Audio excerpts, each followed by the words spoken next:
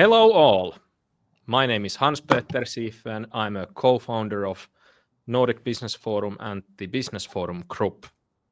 Now today is a wonderful day since I have the chance to learn from three clever people on foresight. From Risto Siilasmaa, founder of F-Secure and WithSecure, from Futurist Rinne, and Lego Professor of Management and Innovation at IMD, Howard Yu. Thank you for your time, all three. Our topic today is indeed foresight. Now, what a topic. I would say that having a crystal ball today would indeed be useful at this moment of speedy AI advancements, horrifying wars around the globe, and some lunatic tariffs that potentially change global trade in a drastic way. April, as a futurist, to what degree is it possible to even try to have a crystal ball or form any foresight? Great question to start us off. And I just want to say how delighted I am to be here with Howard and Risto and you, and excited about this conversation.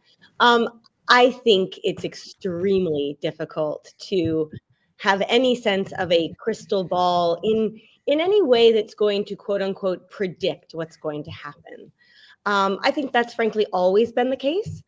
I do think, though, that now it feels more we're acutely aware of that challenge of not being able to predict what's going to happen. I do think part of why we're here today is that there are all kinds of ways we can develop better skills and better muscles for preparing for many different things that could happen, none of which are certainties.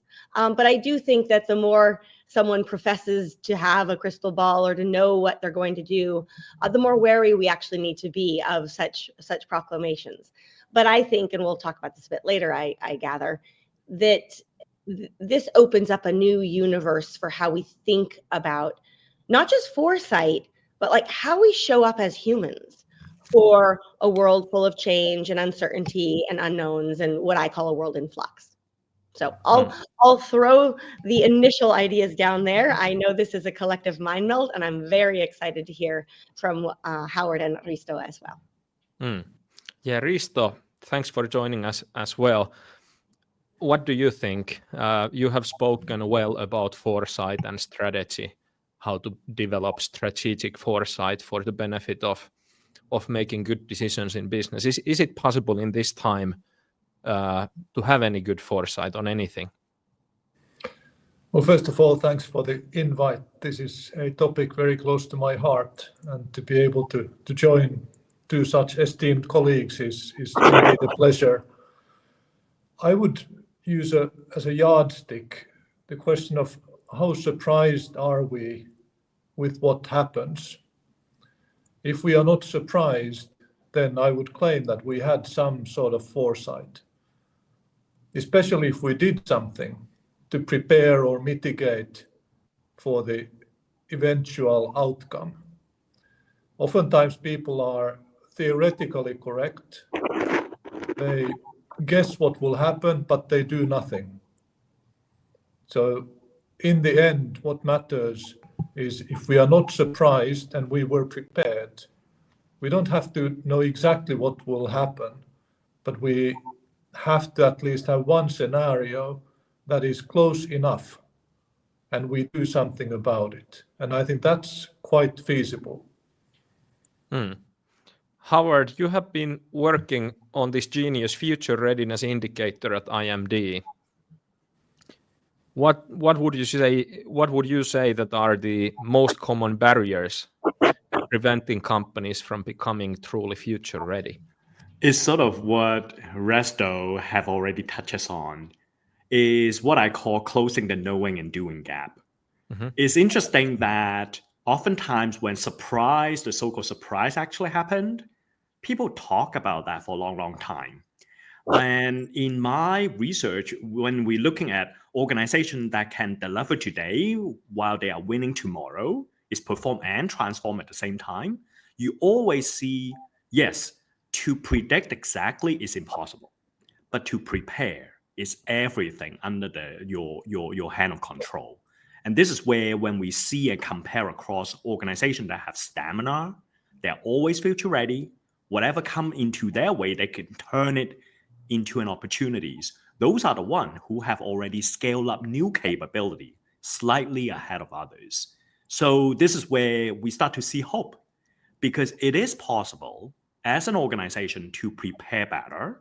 It is possible for individual to adopt certain mindset that April have already indicated, so that when crisis or surprise did occur, you come out, I call, 1 inch ahead.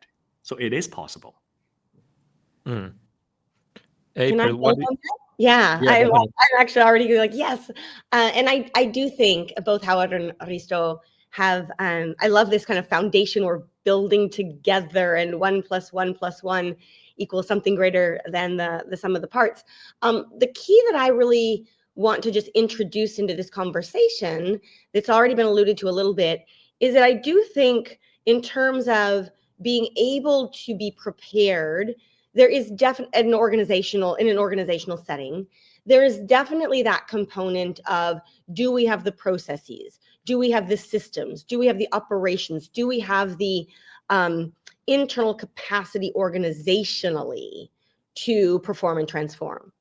There's also this human dimension, though, and that is the mindset, and that is the, we can talk about hope and fear, and not to sound woo, but how do you feel about a given change? Are you excited, or are you freaked out by what we don't know?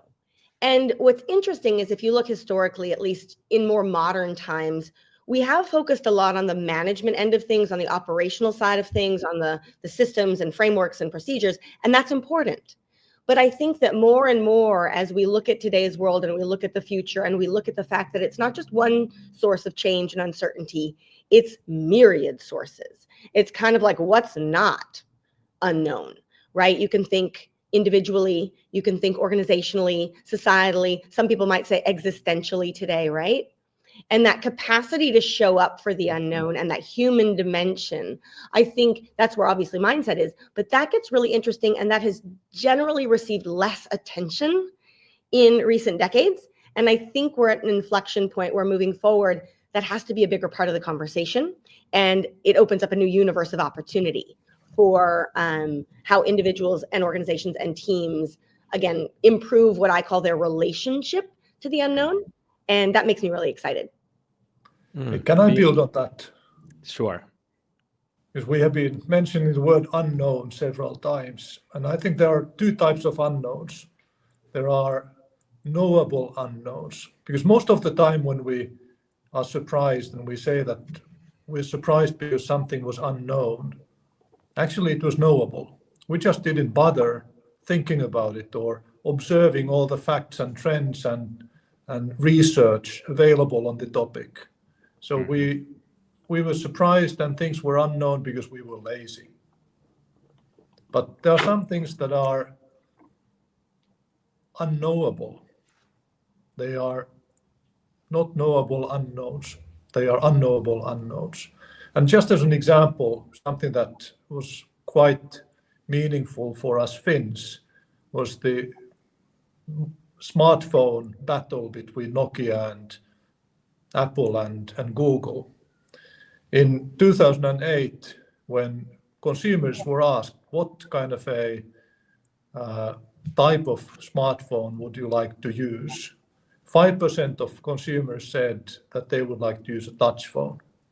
And 95% of people said that they would want to use some other form factor. And in 2-3 years, 100% of people wanted to use a touch device. They just didn't know at the time. So the question is, how can a company get data that would show what the future will be like when the people in question really don't know? Or actually they know, but they are just wrong. They think they don't want to use a touch device, but they will be changing their minds over the next couple of years. And that's really the challenge with the unknowable unknowns. Of course, you can play with scenarios, and you can assume that although the likelihood is very small, you need to prepare even for that scenario. But if the price ticket is in the hundreds of millions, then how can you do that preparation? How can you argue for such an investment? And perhaps in smaller companies, even tens of thousands sometimes is enough to make the consideration quite difficult. You, April, spoke about being excited about change and discovery. Is it so that one perhaps should have sort of the mindset of a scientist? Adam Grant has a great book, Think Again, and speaks a lot about this scientist mindset when he says, for example, that a business executive should consider a strategy as a hypothesis, basically, and an executive's work is to every day test the strategy and so on. So would a scientist mindset be a solution for this? So very much so. I mean, it's part of a bigger solution set, but yes. And I have to give the caveat that I'm not an engineer. I'm not a traditional scientist myself in this way, but it is something we can all wrap our heads around in terms of it's not just the experimental nature, but the thing that comes to mind most of all is the curiosity factor. To be curious about change, to ask, why might this be happening? And, I have to give another kind of caveat here that I love we're talking about language, the ways that we use language, and we think about the word like unknown, and there's more than meets the eye, as Risto just explained. The word change, there's so much more than meets the eye, because we have this one word, change, and we treat it often like it's one thing. And yet when you think about it, we love change and we hate it. We embrace it and we resist it. It's amazing and it's horrible. And so clearly there's more that's going on. And that leads us, we got to question, well, what kinds of changes are we talking about? And this is at the heart of a lot of my work in terms of, for example, humans tend to really enjoy, appreciate, love the changes that we choose, right? Being a change agent, being a change catalyst, leading the change. We love that kind of change. The changes we struggle with are the ones we don't control, the ones that we didn't see coming, the ones that would be more of the unknowable, the uncertain. And so all of those, for me, that's like, oh, let's get curious. Let's run some experiments around what kinds of change are we talking about? How are we showing up for it? And how can we actually improve? And again, back to the science, the laboratory perspective, a lot of that is about iteration. You run an experiment, what works, what doesn't, figure out what works, build on it, iterate again, experiment again. And I think that's the iterative process of improvement is very applicable to today's world for sure. I want to add one thing, and maybe we come back to this. It's something Risto said, and I love it, around the knowable unknowns and this idea of like we shouldn't be surprised. I think there's another interesting conversation around what are the reasons for which we don't know. And we can think about this as he mentioned people are just lazy. That's a great example of we could find out, but we just don't bother to. I think there are a lot of situations also, though, where we know we should know, but we choose not to because we're afraid, because we want to deny. We really like the reality that we've constructed for ourselves, so we don't even want to consider something different. But I think there's a really rich conversation in pulling on that thread of why don't we know what we could know? And it gets really, really interesting, I think, at the organizational level too, because there is so much we could know that we often actively choose not to know, and we do that at our own detriment. So I just want to offer that up for maybe additional consideration. But that is so true, April. I just love the way you describe it, because at the organization level, I've seen practically organizations that are future ready. First is they embrace transparency, because it's impossible for the C-suite to know everything. But then with technology right now, with the right set of culture, then we could allow information to gather up. It doesn't necessarily need to be all censored by a small little committee. Let the knowledge of the organization set it free. One typical question I would ask is, does your junior engineers could see what are the experiment on the product level getting launched and experiment with? Some organization allows that. Say Booking Holdings, for instance, would allow that. Some of the much more conservative financial organization wouldn't allow that in the name of privacy protection, but that's just a blanket statement.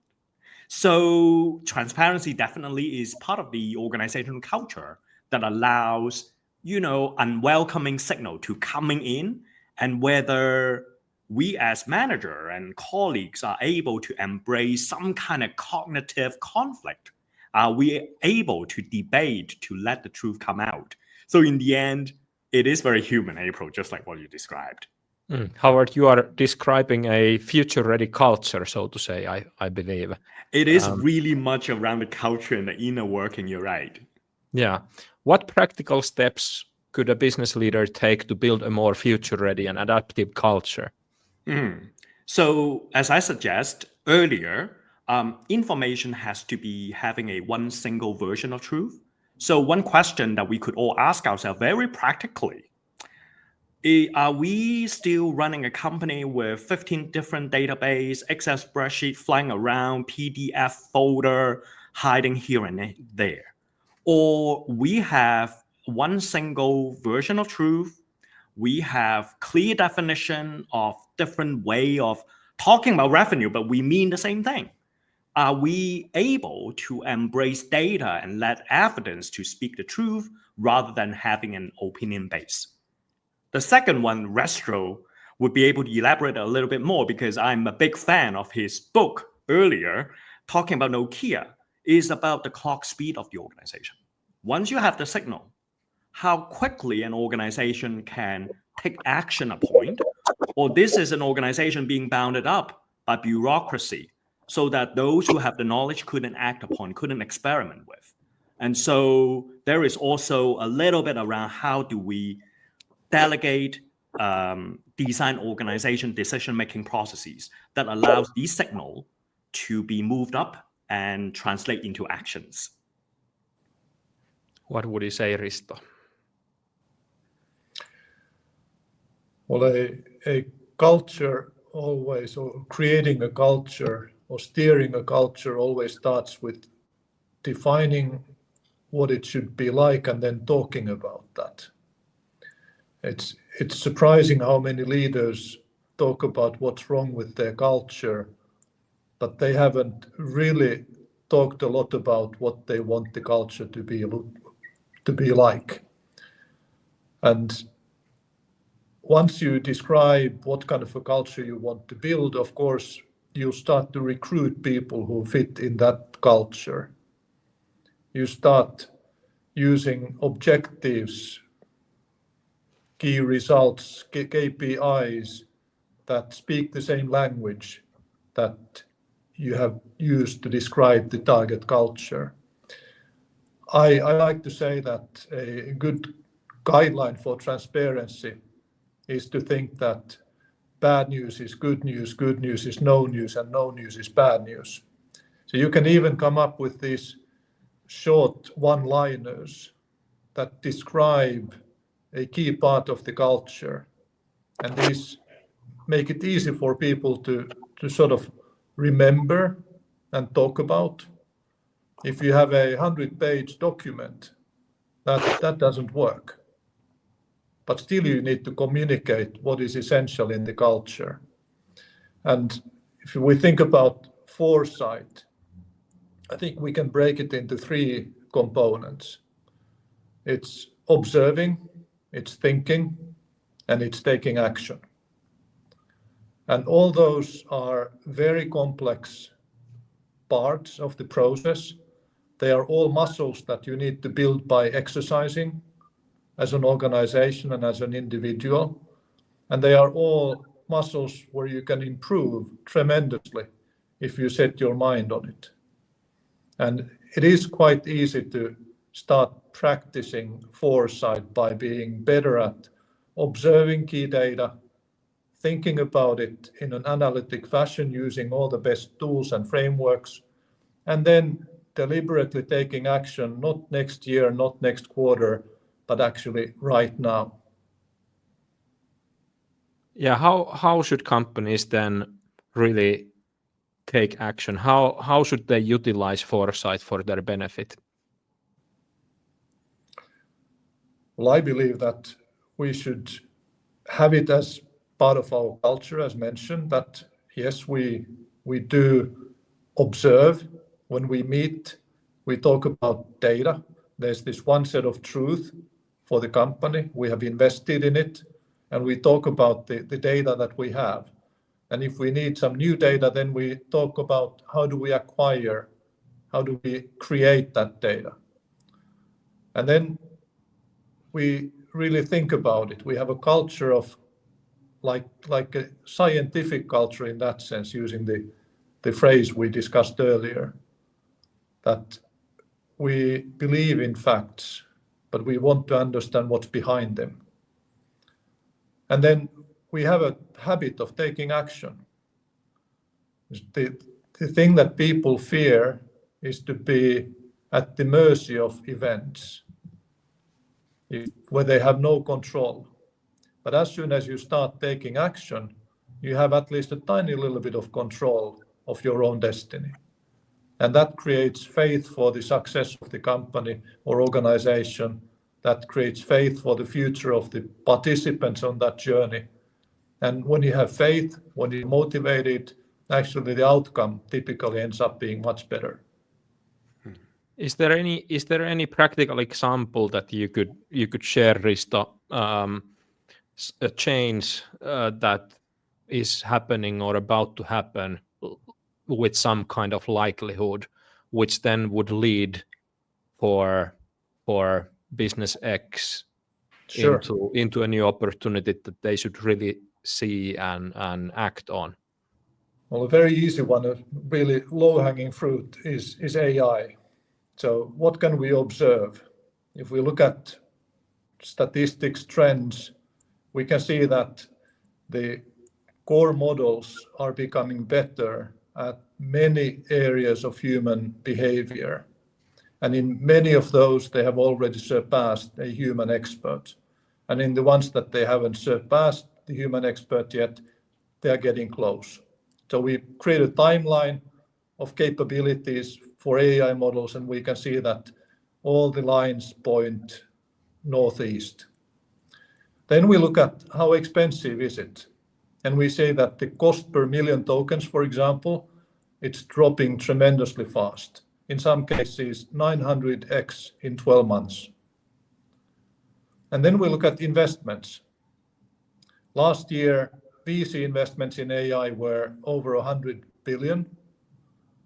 This year, the large US technology companies have said they will invest over 300 billion during this year only. Largely on compute, but also, of course, on software. So that's what we can observe. And if we think about it, they're getting much more capable at a very rapid pace. They are getting cheaper, and investments are going up. So at least one scenario we should use is what happens if these trends will continue. And of course, we need to ask ourselves, do we know of any force that is acting on these trends in such a way that the trends will change? But if we don't know of any force, then at least let's create one scenario from these trends continuing. And one logical outcome would be that a sort of an AGI is pretty close. And I don't want to get into a theoretical discussion of what is really AGI. When it acts like a duck and it quacks like a duck and it walks like a duck, then it's a duck for me. And if AGI is pretty close, then the question is, what should we do now as a country, as a company, as individuals? We really should think about that, because we can do a lot of things. And in some cases, we absolutely must do things right now. Instead of waiting for somebody, be it Manus from China or DeepSeek or OpenAI, announcing a product that costs $300 per month, and it is for all purposes the same as you have hired a human expert who would work 24/7 for you. And then we are all surprised, oh, this happened so quickly, sooner than I thought. Let's have a meeting tomorrow to think about what our reaction should be. Why don't we have that meeting tomorrow now? And then think, what should we do before that happens? Even if there's a slight possibility that, or maybe for some people it's a big possibility that it won't happen. But can we afford not to be prepared at all? And then we can start doing things, maybe just a little bit next week, a little bit more next month, but a lot more next quarter, and absolutely a lot next year. April, on the topic of AI that Risto just lifted up, how do you think AI will change most companies and their personnel and talent needs? Yeah, well, and I'm going to come back to that. I can't resist building on what Risto just said, and it all does kind of tie together. And not surprisingly, I feel like this is the torch or the flag that I bear these days. It really is the human dimension. And what Risto said is really important, really helpful way of seeing what's happening. And this is additive. It's not either or. We gotta think about this. The way I've heard it phrased, among others, is the person who fears losing their job to AI will likely lose their job to AI. Because it's the fear factor. It's like back to the whole, I'm not going to go in. I don't want to imagine that future. So I'm going to pretend it's not happening, and I'm going to not learn about it. I'm not going to lean into it. And that's an observation that we can't discount. And Risto mentioned, let's have this meeting about how we're going to react to this change tomorrow. Well, let's have it today. Agree with you. Let's have it today. But what's interesting, and I get invited into conversations around, we just want to empower our team. They need to take action. That's all helpful. But if some of these people, many of these individuals are fearful, they've got an emotional reaction to what's happening that will inevitably shape, get in the way of, determine whatever they're going to do about it. And so I think that we really it's much easier to, quote unquote, empower somebody with the tools to create change than it is to help somebody get over their fear of a future that doesn't have a place for them, of a future that they've never seen before. We've really got to do this, and you can think of it as inner work, it's teamwork, it goes beyond EQ. It's definitely culture. But I think that's really, really important. And across demographics, across sectors, we do see some people who are more enthusiastic, less enthusiastic. What's fascinating to me is individuals who are enthusiastic about the changes that AI can bring, even knowing that it could completely eliminate or transform what they do and how they do it. And nevertheless, they're enthusiastic. That to me is fascinating, because human nature is typically something's threatening to my life or livelihood. I'm going to do everything I can to push back on it. And so I want to just offer that up, because we can talk a lot about what to do about AI, but we cannot eliminate or negate or forget the very human, and you might think of it as partly emotional, but it goes beyond emotions. There's psychology, there's neuroscience, the human reactions to the unknown. And so that, I believe, is actually one of the bigger hurdles we have. And if we can address that, then what we do about AI, the doors blow wide open. It's much, much easier to manage that series of transformations when you've got people who are mentally and emotionally on board with the changes underfoot. So I want to put that out there. I think, I mean, in terms of how it's going to affect talent and personnel, it's going to affect everything, right?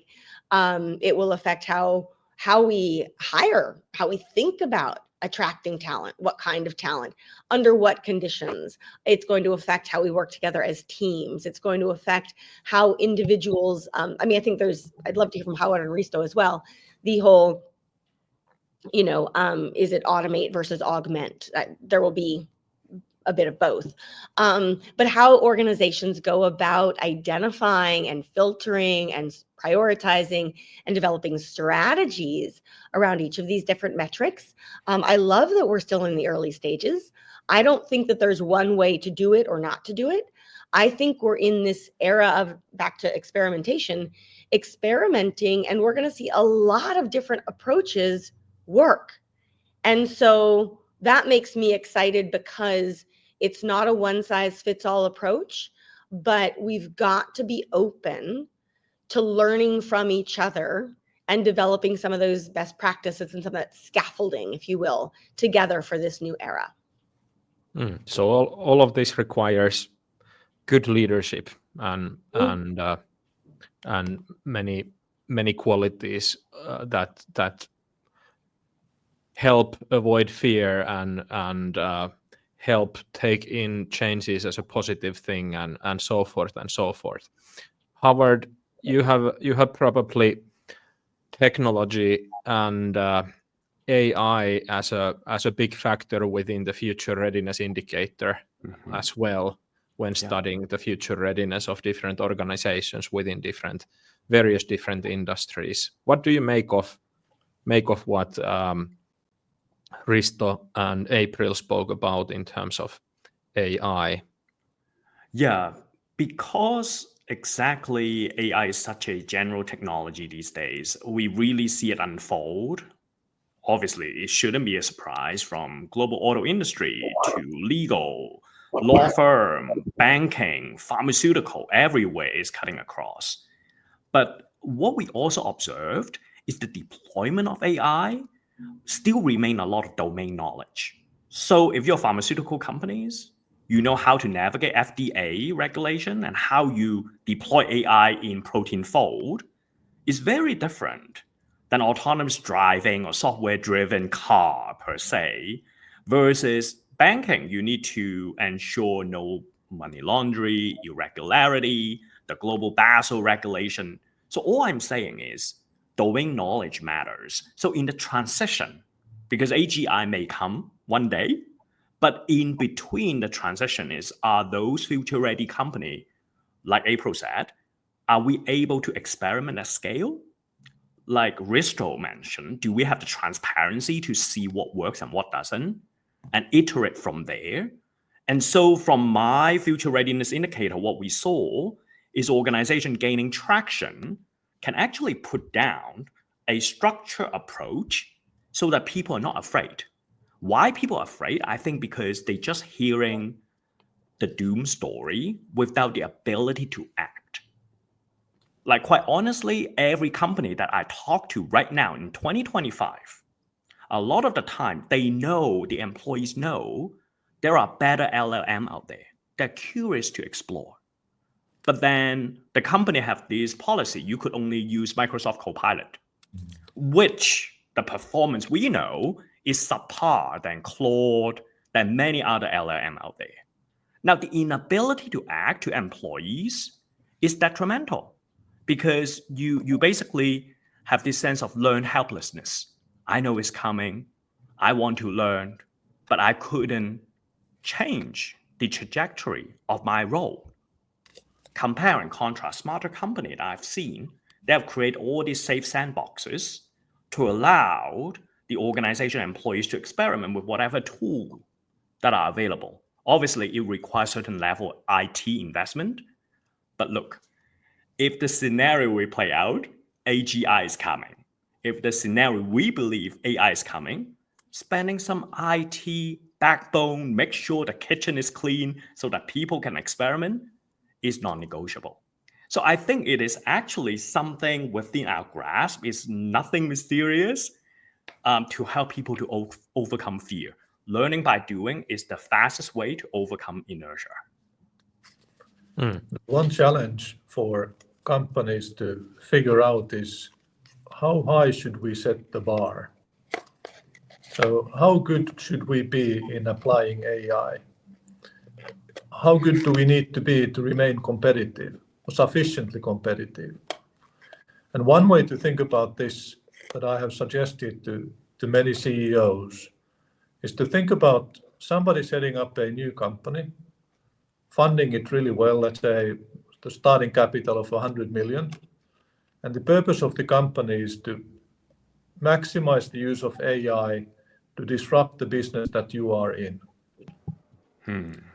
And you cannot do as much as this company can because they are a greenfield operation. They will be hiring people who understand AI and believe in AI. Maybe they will only hire 10 people and they will have $1 billion revenue in a few years.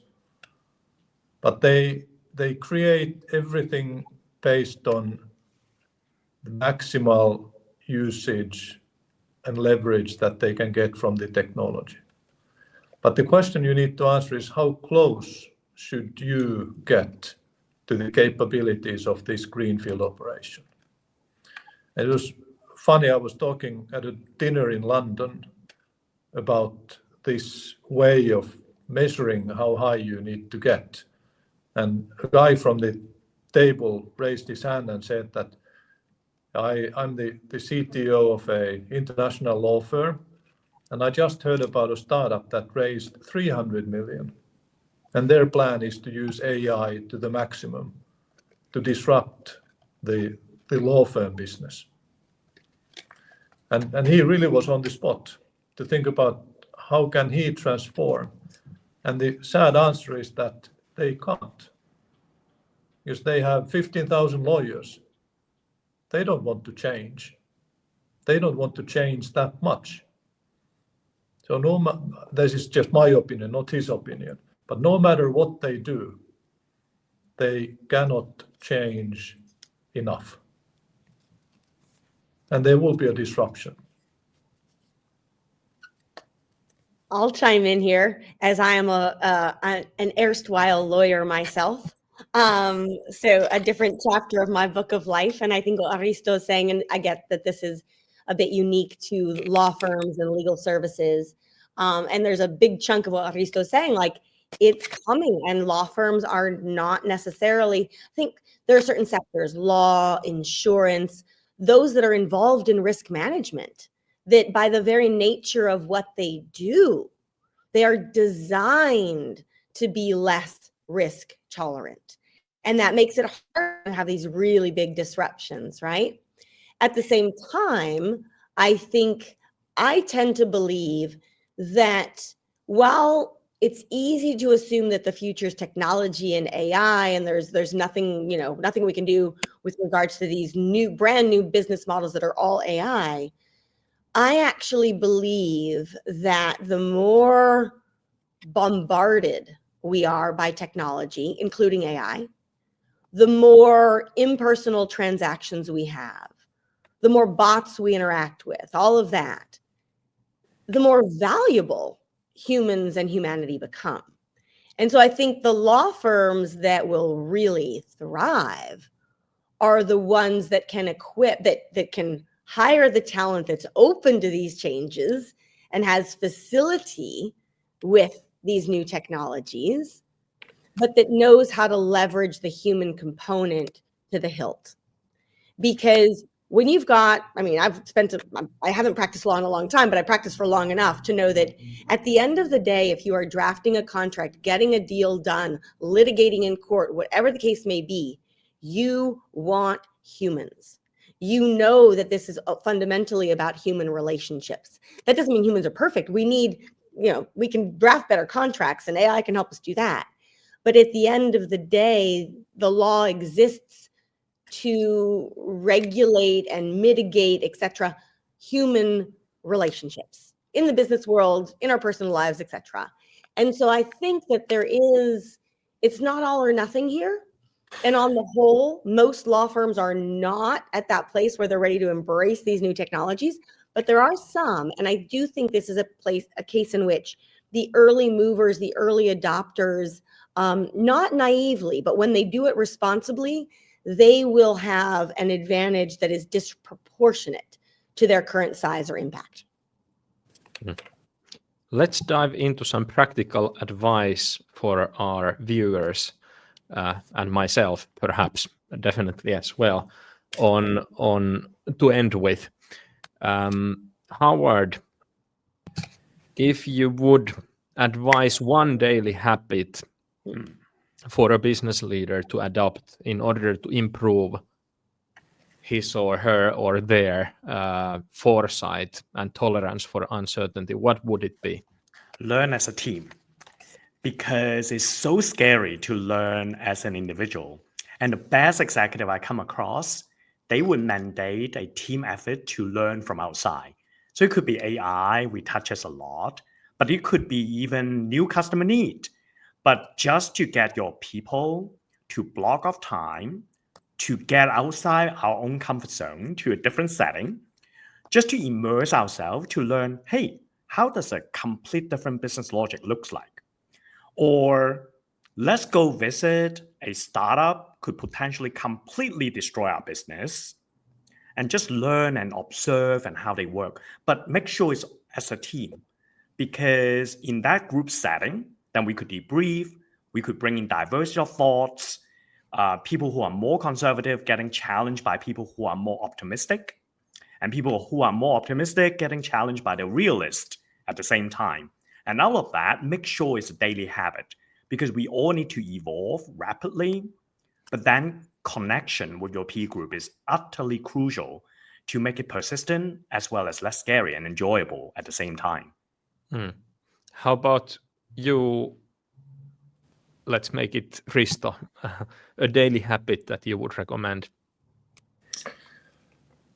Well, I would start building the muscle of observing and thinking and acting, in the sense that you need to think about, what do you observe? What is relevant for you? And how do you do that? How do you observe? Where do you get the data? And then, how do you think about it? What kind of tools do you use? And how do you share your conclusions? How do you test your conclusions? It's a little bit like, I've always been puzzled by the fact that when we go to school as kids, on the agenda, there never is a lesson on how do we learn. How could we learn better? How can we build the muscle of learning? We just start studying grammar and math and biology, but we don't learn how to learn. And it's the same thing with thinking. How do we think as an organization, as a leadership team, as a CEO? And how do we think in an effective way so that organizational learning happens in a maximal way? And then how do we act? Is the waterfall process where we figure out what to do and then we cascade the tasks down in the organization? Or is it some other way? But if we don't deliberately think about it, we will not get better.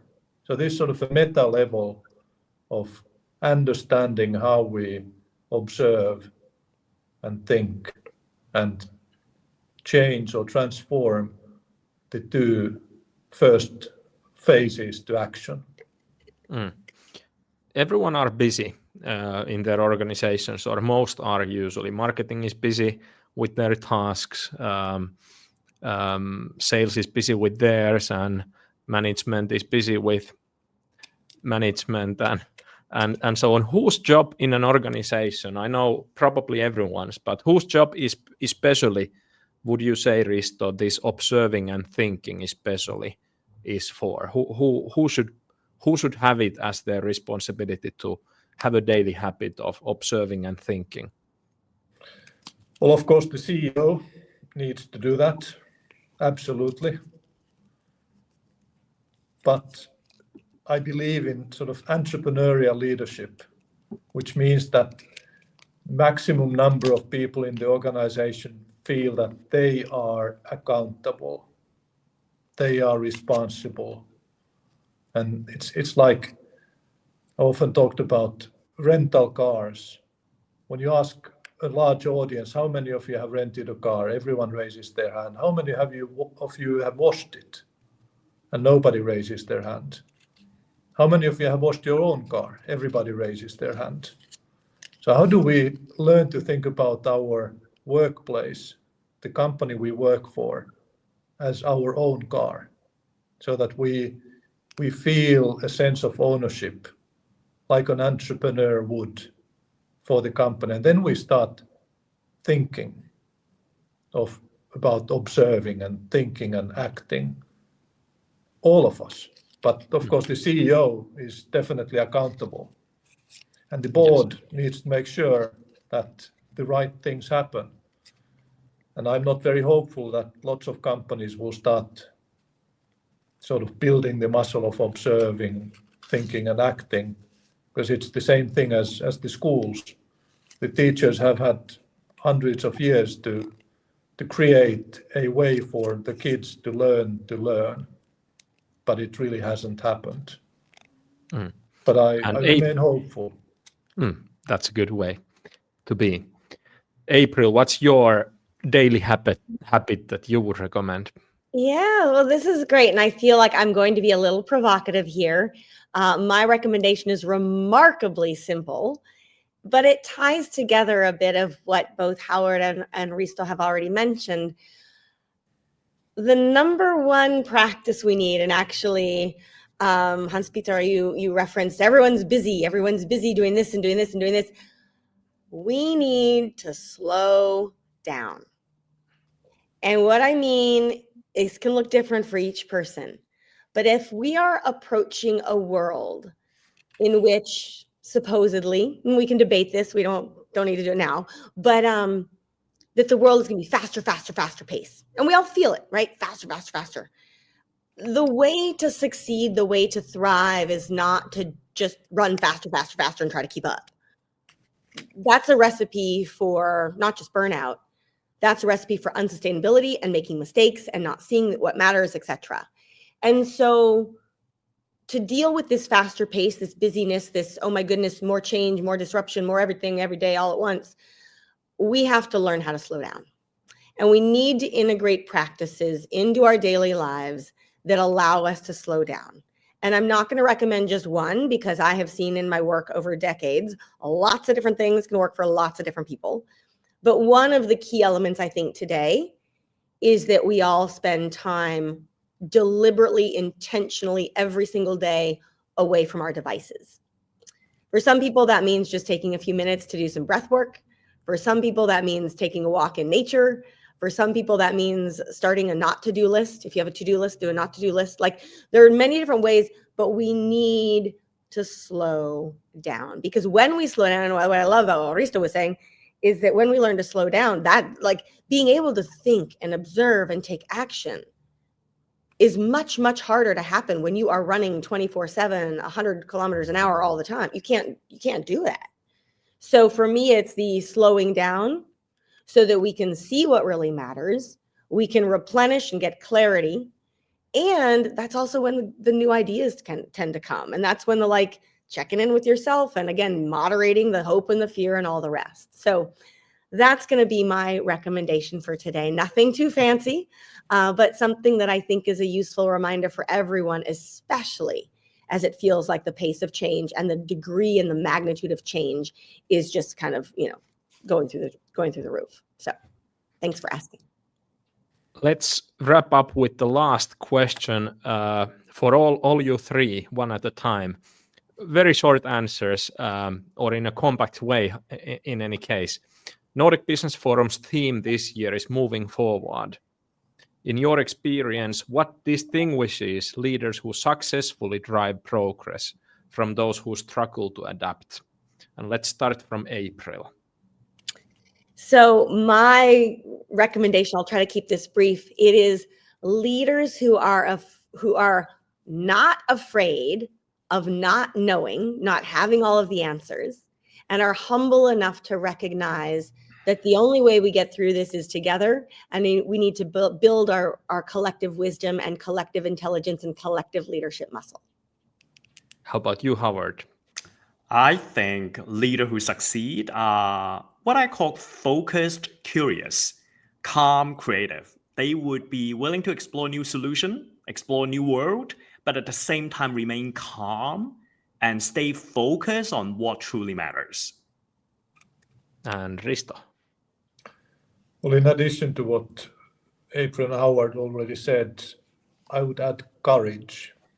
I think we live at a pivotal time. There are significant seismic shifts happening due to technology. And we need to transform, and it will take courage. You can think all you want. You know what you need to do. But if you don't have the courage to do it, then it's all for nothing. Thank you all for this hour today. It was fantastic to learn about foresight from all of you. Thank you. Thanks.